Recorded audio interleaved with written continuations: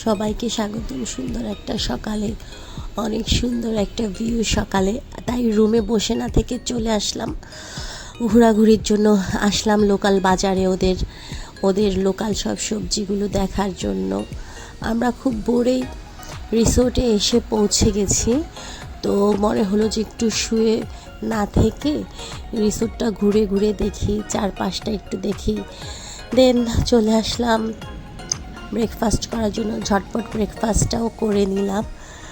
এখন তো ব্রেকফাস্ট করে এখন আমরা বাহিরে যাব, আমাদের গাড়ি চলে আসছে।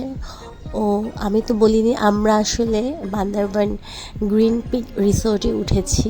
চারিদিকে শুধু সবুজ আর সবুজ। এই তো আমাদের গাড়ি চলে আসছে, আমরা এখন সবাই মিলে বের হব। আজকের দিনটা সুন্দর করে এনজয় করব। সো সবাই ভালো থাকবে।